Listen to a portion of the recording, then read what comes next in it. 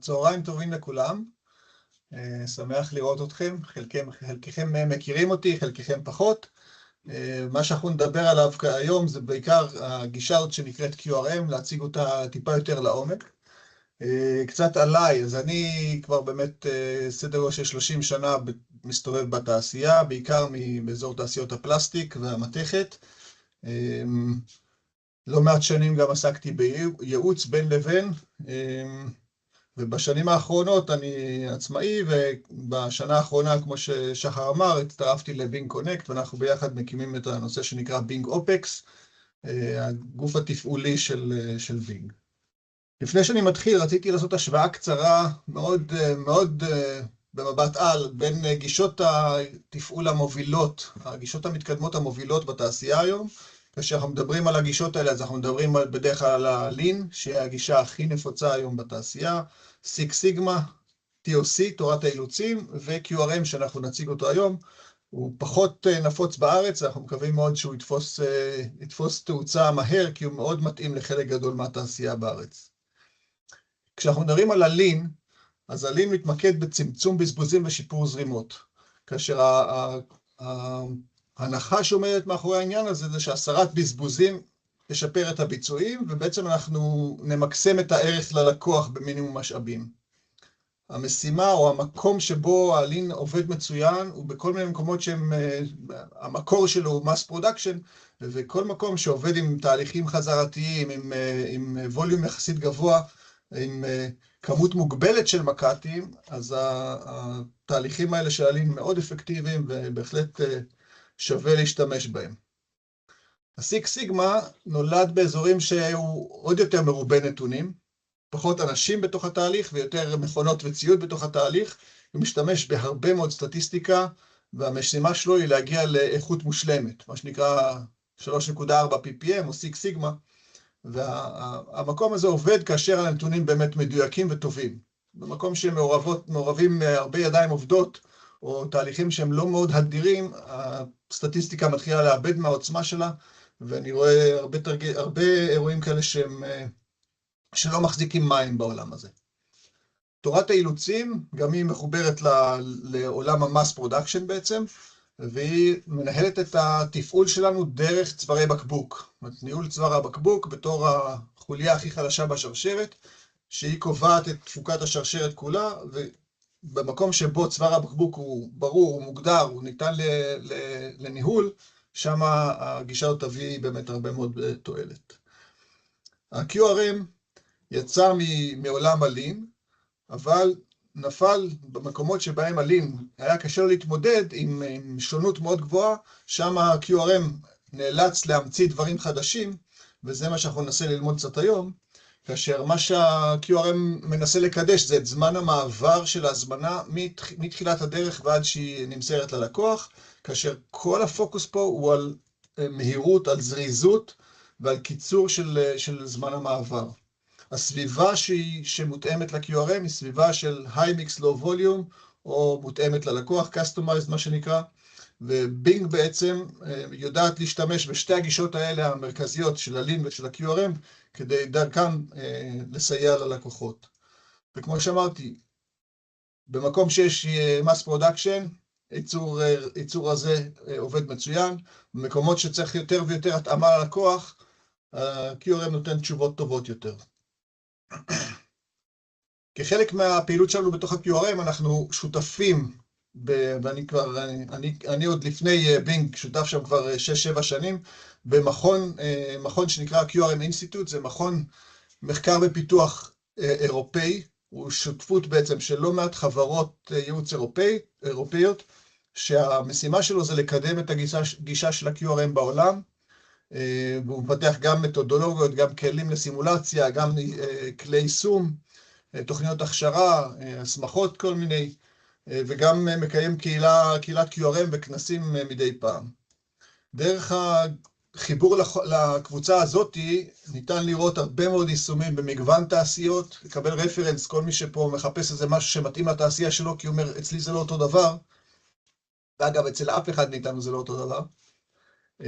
אז יש הרבה מאוד רפרנס שאפשר למצוא בעולם ובאירופה בכלל, וגם אפשרות אפילו לקיים ביקורים או סיורים בחברות מיישמות, כדי להתרשם מהפעילות הזאת.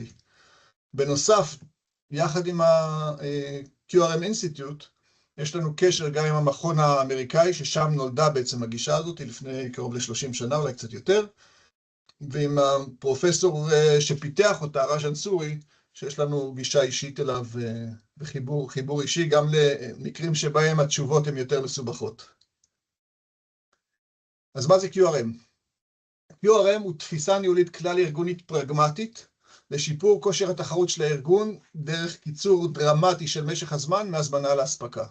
כשאנחנו מדברים על פרגמטי, אז כל הכלים והמדדים ושיטות העבודה שמופעלות דרך שמיישמות בעצם את התפיסה התיאורטית של ה-QRM, נולדו בתעשייה, נולדו במפעלי תעשייה, בשיתוף בין המרכז ל-QRM בהתחלה בוויסקונסין ואחר כך גם באירופה.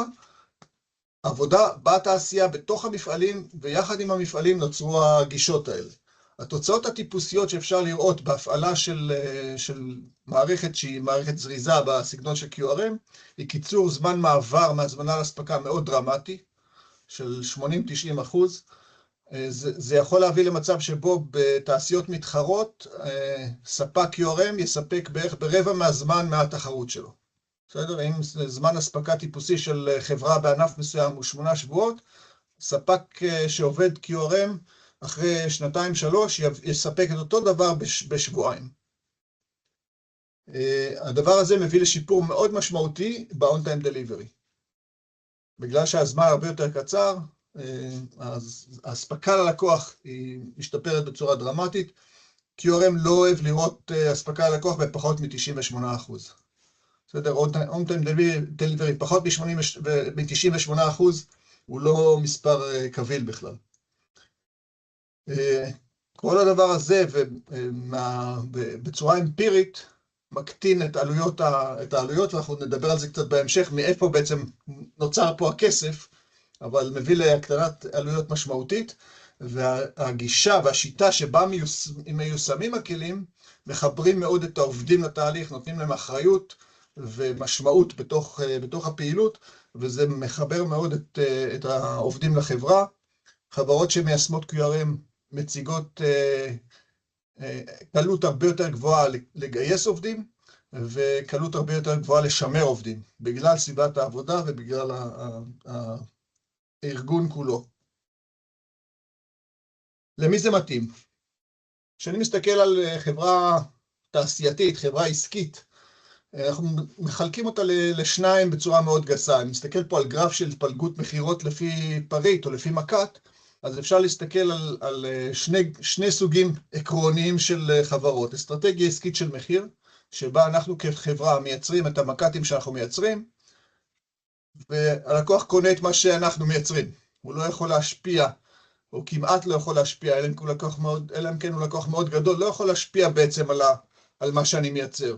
הוא מאוד גדול, אני יכול להיות שיעשה לו איזשהו קו שהוא מותאם אליו, ברמת המדבקה או ברמת הצבע של האריזה, אבל המקטים הם המקטים שאני מייצר, ופחות מושפע מהלקוח בעניין הזה. מהצד השני, אסטרטגיה של מגוון תציג ללקוחות את היכולות שלנו, ותאפשר להם להשפיע בצורה מאוד גבוהה על כמה אנחנו הולכים לקראתם, ומה אנחנו מייצרים עבור הפיתוח הספציפי שהם רוצים. כמובן שהכל נמצא על איזשהו סוג של רצף, וזה לא שאני יכול להיות... מי שמתמקד באסטרטגיה של מחיר, בדרך כלל לא יוכל לעשות את המגוון, כי המגוון יהיה מאוד קשה עבורו. לעומת זה, מי שמתמקד במגוון, אם אנחנו אומרים לו עכשיו, תעשה לי גם כמות גדולה ממשהו, זה רק יותר קל, בסדר? אני אומר שעבור חברות שהאסטרטגיה העסקית שלהם היא מגוון, לעשות mass production זה פרס. עבור חברות שהאסטרטגיה היא מחיר, לעשות מגוון זה כנס. ולכן יכולה להיות זליגה, וארגון יכול להכיל את שתי הגישות האלה, בעיקר אם הוא מוכוון מגוון. לכל אחת מהאסטרטגיות העסקיות האלה צריכה להיות אסטרטגיה עסקית, אסטרטגיה תפעולית תומכת. כאשר האסטרטגיה היא מחיר, אז אנחנו רוצים מומחיות צרה, אנחנו רוצים מנות גדולות, ואנחנו רוצים יעילות ונצילות של ציוד. שכל המשימה של הדבר הזה בעצם, זה ליצור עלות ייצור זולה ככל האפשר. משם בא הכסף. כי בסוף כשאני הולך לסופר ויש לי נייר טואלט אחד ליד השני ליד השלישי, בהנחה שהאיכות שלהם היא פחות או יותר אותו דבר, אני אסתכל ויקח את משהו יותר זול. ולא את משהו, קשה מאוד להילחם על משהו אחר באזורים האלה של הקומודיטי. מצד שני, כאשר אנחנו מדברים על אסטרטגיה של מגוון, המשימה המרכזית היא לייצר נכון ומהר בפעם הראשונה. כי המוקש שם, עשיתי משהו חדש, שאני לא אעשה אותו פעמיים לפני שאני מצליח לתת אותו נכון, כי זה רק עולה כסף, וגם פה כמובן יש תחרות, אז אם אני לא מצליח לתת בזמן או באיכות, אני מאבד את השוק שלי. הבעיה המרכזית מתחילה לנבוע כאשר לא בחרנו את האסטרטגיה התפעולית. אם לא הגדרנו, אנחנו ארגון של מגוון, ולא הגדרנו לתפעול שהוא צריך לתמוך במגוון, וזה לא להגדיר לתפעול, זאת אומרת שלא אמרנו לו אל תמדוד יעילות, אל תמדוד נצילות. כי למדוד יעילות ונצילות זה אומר שהוא צריך למשוך לכיוון ההפוך. הוא צריך לבטל מקטים ולא להוסיף מקטים. אז אם אני כאיש מחירות, אמרו לי למכור את כל מה שאני יודע, ואמרתי לתפעול להיות יעיל, התפעול כל הזמן ילחם בי. והמלחמה הזאת היא מלחמה הרסנית לתוך הארגון, היא מפריעה. הארגון כל הזמן, גם אם המנכ"ל רוצה ומוכר מגוון, אבל הוא אומר לסמנכ"ל התפעול שהוא מודד אותו על OE ועל פריון, אז הוא בעצם יורה לעצמו ברגל. הוא אומר לו שני דברים הפוכים.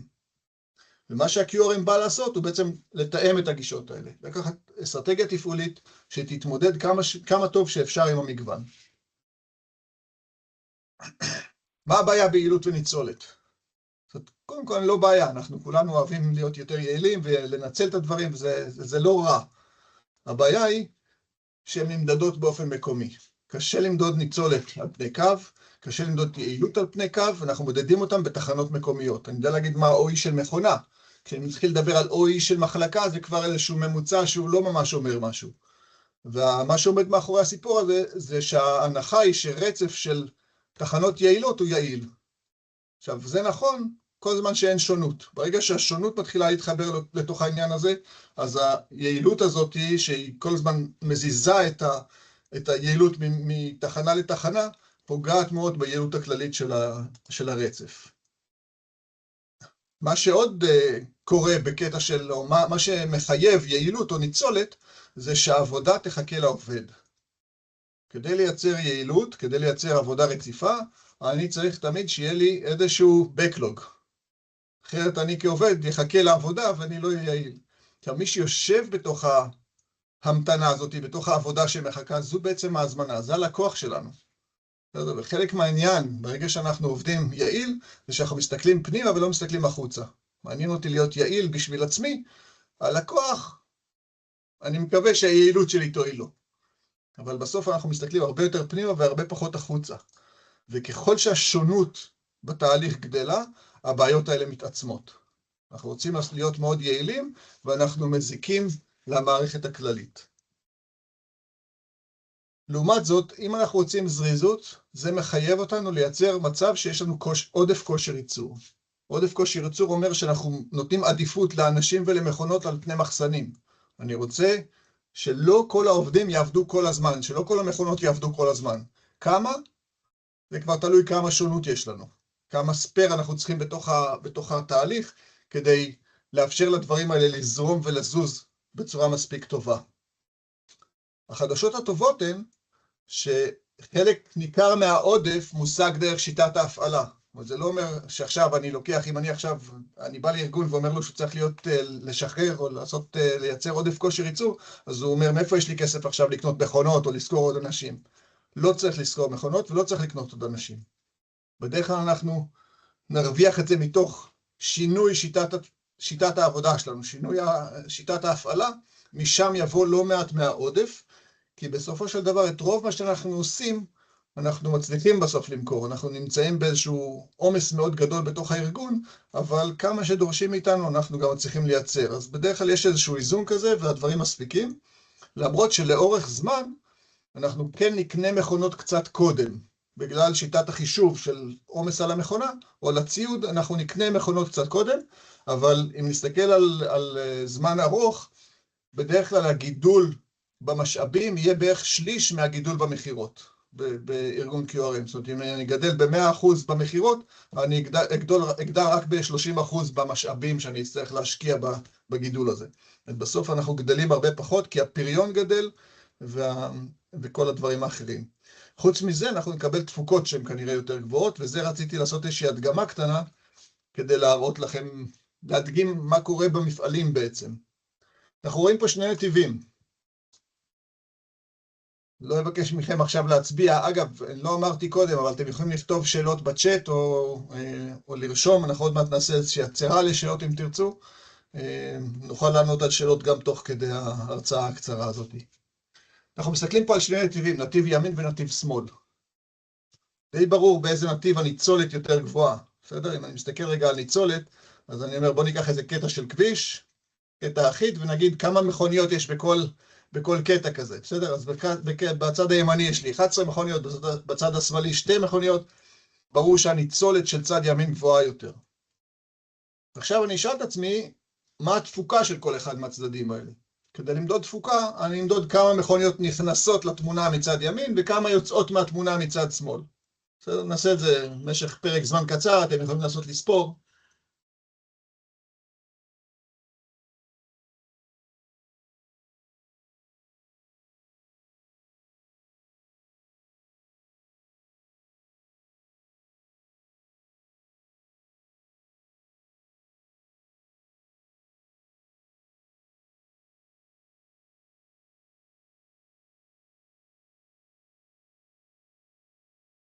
מישהו הצליח לספור? יכולים לפתוח ולדבר, נכון? טוב, גם אם הצלחתם וגם אם לא הצלחתם לספור, בצד הימני נכנסו 11 מכוניות, בצד השמאלי יצאו 28 מכוניות. ניצולת הרבה יותר נמוכה, זרימה יותר גבוהה, תפוקה יותר גבוהה. בסדר? שונות, זה המהות שלה. אם אנחנו רוצים להיות יעילים בשונות, אז הזרימה שלנו תהיה הרבה יותר איטית, התפוקה שלנו תהיה יותר נמוכה. זה יקרה לנו בכל מערכת או בכל שרשרת שלא נבדוק אותה, ובכל סימולציה שלא ננסה, ככה זה יקרה. אם אין לנו עודף, אנחנו נייצר זרימה הרבה יותר איטית, תפוקה יותר נמוכה של אותו משאב. מה שעוד אנחנו נוכל לראות, אם קצת נשחרר ונאפשר עודף, אנחנו נראה שחוץ מהתפוקה הזאת, אנחנו נקבל גם איכות טובה יותר, גם פריון יותר טוב, אנחנו נקבל עוד הרבה מאוד דברים טובים. יש שאלות עד עכשיו או שאני אמשיך לרוץ?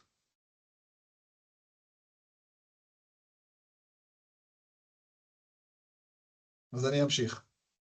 כשאנחנו ניגשים לארגון, והוא שואל את עצמו אם זה מתאים לו או לא מתאים לו, חוץ מההגדרה הראשונית שאמרנו על מגוון ומחיר, אז אנחנו מחפשים פה, נותנים כמה סימנים שהם סימנים מחשידים לבעיות בהתאמה בין האסטרטגיה העסקית לתפעולית. סימן אחד הוא למשל שקשה לי לקבוע מהו צוואר הבקבוק. צוואר הבקבוק כל הזמן זז, הוא כל הזמן נמצא, כל פעם יש לי, כל יום או כל יומיים או כל שבוע יש לי עומס במקום אחר בארגון, ואני לא באמת יכול לקבוע מהו צוואר הבקבוק של הארגון. ה-on-time delivery שלנו גרוע, בסדר? מתחת ל-85%, 85% למי שככה לא עשה את החשבון, זה אומר שכל הזמנה שביעית מאחרת. זה משהו שהוא, אני כלקוח לא מוכן לקבל דבר כזה, שכל הזמנה השביעית שלי לא תגיע בזמן. מהצד השני, זמני ההספקה המוצאים שלנו הם יותר ארוכים מהמתחרים. ואנחנו מפסידים הזמנות על ליד טיים. בהצעת המחיר, אנחנו שואלים כשאנחנו שואלים את הלקוח הפוטנציאלי, למה לא קיבלנו את ההזמנה, הוא אומר לנו כי הייתם הרבה יותר ארוכים מהמתחרים. רמז טוב. יש לנו הרבה מלאי איטי, ויש לנו רצפת ייצור שמלאה בוויפ. מצד אחד יש לנו מלאי שיושב ומחכה ותקוע, ואנחנו לא מצליחים למכור אותו. מצד השני יש לנו לא מעט work in process על רצפת הייצור. אנחנו רואים שתכנון הייצור שלנו כל הזמן משתנה. תכננו משהו אחד, אבל יש איזה לקוח שלחץ עלינו יותר, ואנחנו מאחרים לו, אנחנו עושים קדמות ייצור, אנחנו משנים, מזיזים, וכל הזמן הרצפה עושה שיפלינג בשביל לנסות לעמוד באיזושהי דרישה, או במי שצעק יותר חזק, או מנהל מחירות או מנהל שיווק שדרש להעביר משהו למשהו. ובאותו כיוון שאנשי המחירות שלנו עסוקים בהרבה הסברים והרגעה של לקוחות. כל אלה רמזים, יש עוד כמובן, אבל אלה רמזים טובים שיש לנו איזושהי בעיה שה-QRM כנראה יכול לתת לה איזשהו פתרון. איך ה-QRM מציע להתמודד? בעצם ה-QRM מסתכל על העולם, אומר יש לנו הרבה שונות בתוך הארגונים שלנו, אבל בואו נפרק אותם לשתיים. נקרא לה שונות אחת שהיא שונות תפקודית או שונות טקטית, והשונות השנייה היא שונות אסטרטגית. השונות התפקודית או הטקטית היא כל מה שלא התכוונו שיהיה בתוך התהליך, כל מה שמפריע לנו, כל מה שעושה לנו לא טוב בתוך התהליך. מהצד השני, השונות האסטרטגית היא כל מה שהלקוחות מפריעים לנו. הלקוחות מציעים לנו או מציקים לנו או דורשים מאיתנו דברים שמקשים עלינו. קושי אחד הוא קושי של התהליך שלנו, פנימי, וקושי שני הוא קושי שנדרש על ידי הלקוחות. אם נסתכל שוב על ההבדל בין הלין ל-QRM, אז הלין ירצה לבטל גם את ההפרעה התפקודית, את השונות הטקטית, וגם את השונות האסטרטגית. הוא מכוון ליעילות, הוא מודד יעילות, הוא רוצה OE גבוה, הוא רוצה פריון ישיר גבוה, והוא מנסה לצמצם למינימום, כי הוא מבין ששונות מפריעה ליעילות. והוא מנסה לצמצם את הבזבוזים למינימום, גם דרך שיטוח הגרף כמה שאפשר.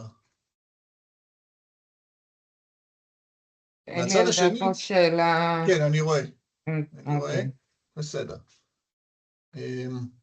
מהצד השני, אני בדיוק מגיע לזה, ה-QRM אומר, נכון, הפרעות תפקודיות צריך לבטל, אבל השונות האסטרטגית, מה שהלקוחות רוצים, שמה אני לא רוצה לבטל אותה, ואני רוצה אפילו לאפשר לעצמי אולי להאיץ אותה, או להגדיל אותה, או לאפשר, לעשות את החיים, את הייאוש יותר נוח, מה שנקרא. לעשות את הדרישות של הלקוחות, ואת השונות הזאת, כמשהו שיותר קל להתמודד איתו. ולצורך זה, אני חייב לייצר איזשהו מדד שהוא מדד אחר.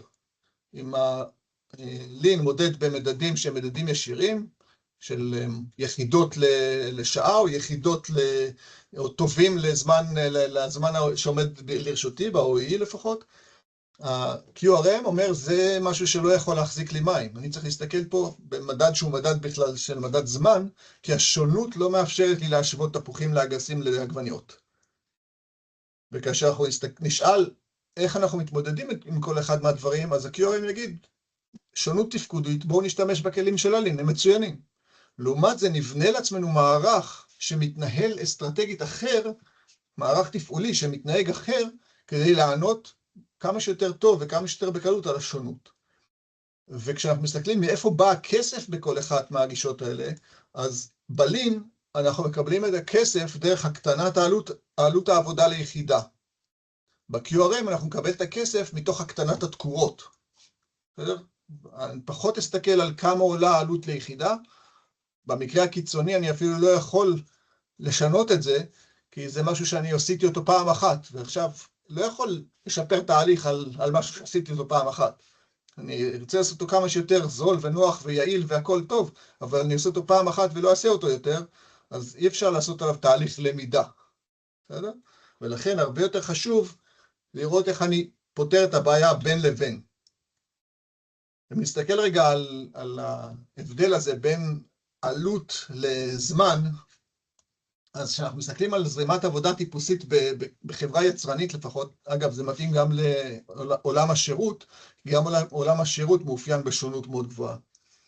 כשאנחנו מסתכלים על עבודה בחברה יצרנית, אז נסתכל על איזשהם תהליכים מאוד פשוטים של הכנסת הזמנה, ייצור חלקים, הרכבה ומשלוח, ונמדוד שני זמנים בעצם בתוך הדבר הזה. אנחנו נסתכל על זמן הגיעה ועל משך הפעילות הכללי.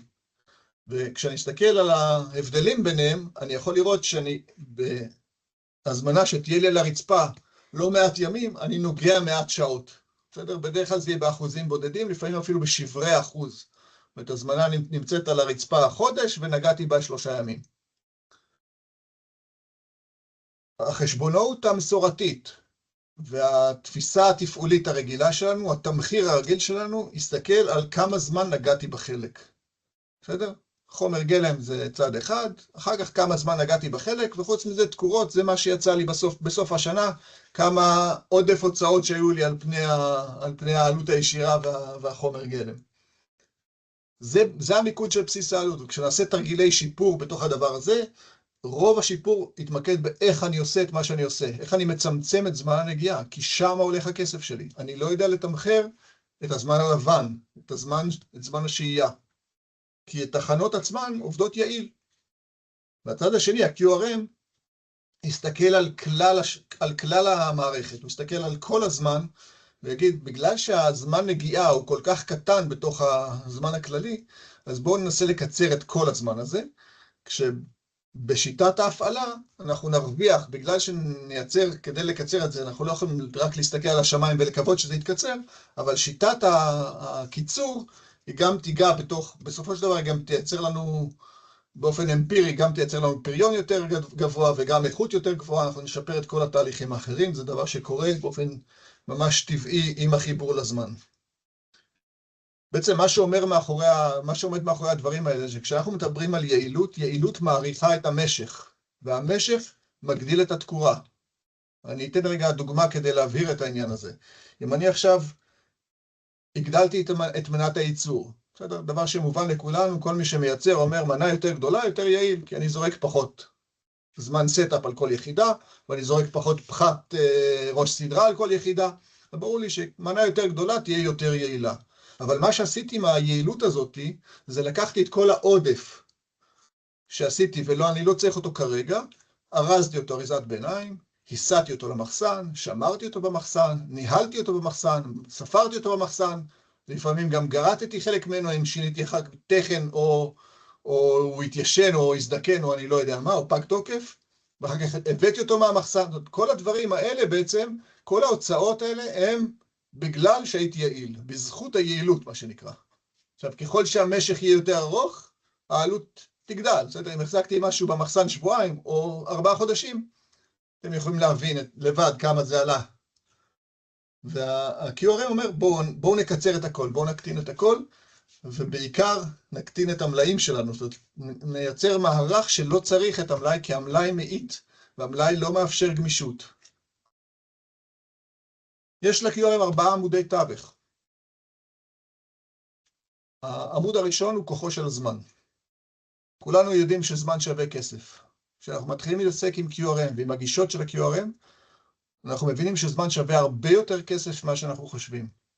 וכשאנחנו מקטינים, מצמצמים את הזמן הכללי מהזמנת הלקוח להספקה, אנחנו מרוויחים הרבה מאוד דברים בתוכו. כמו שאמרתי, גם האיכות משתפרת, גם הפריון משתפר, כל הדברים האלה הם נובעים מקיצור הזמן, ה-on-time delivery כמובן, שביעות הרצון של הלקוח.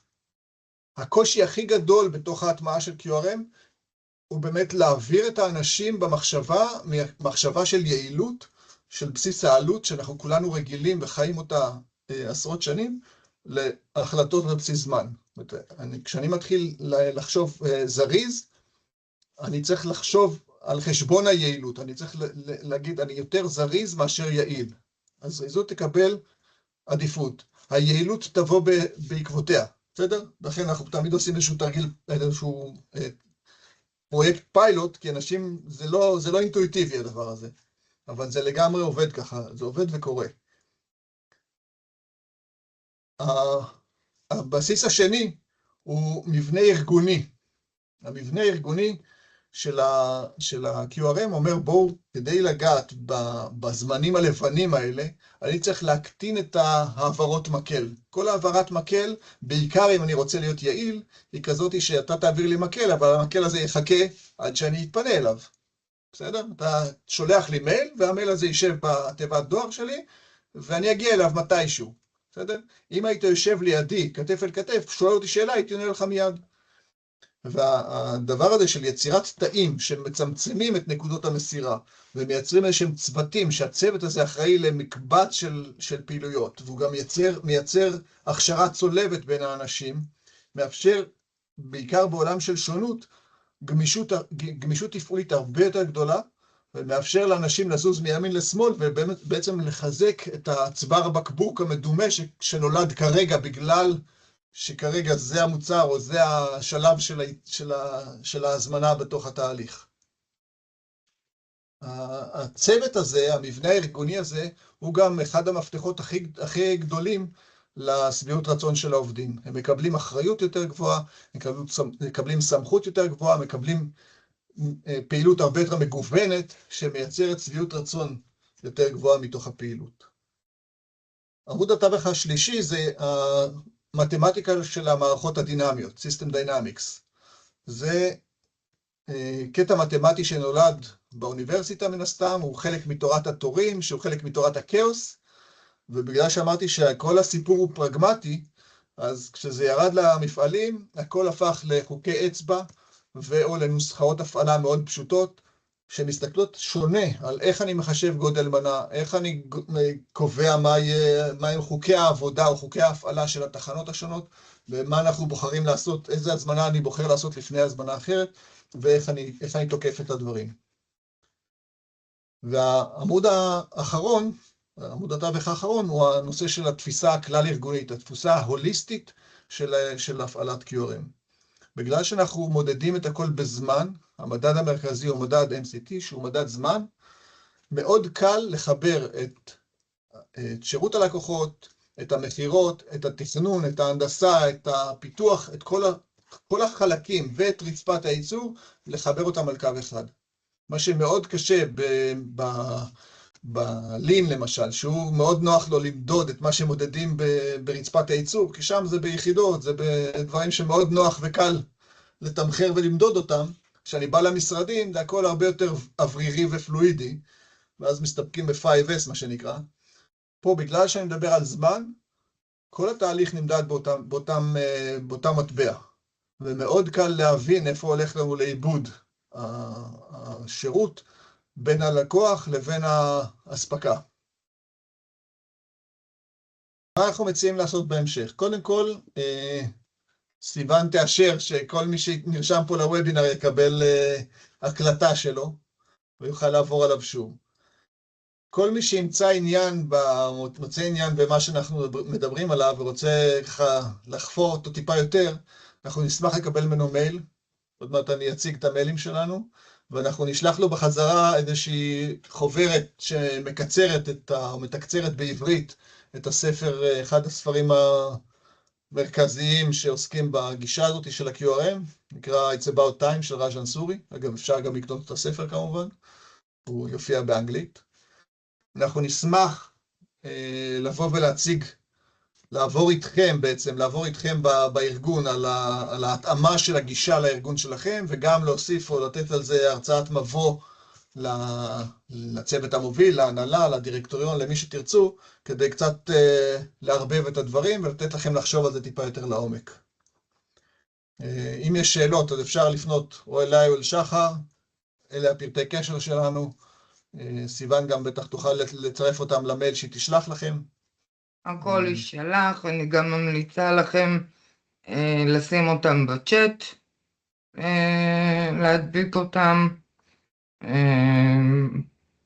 אני מאמינה שיום-יומיים בכל הוובינר יישלח בהקלטה ויועלה ליוטיוב כמו שאמרתי.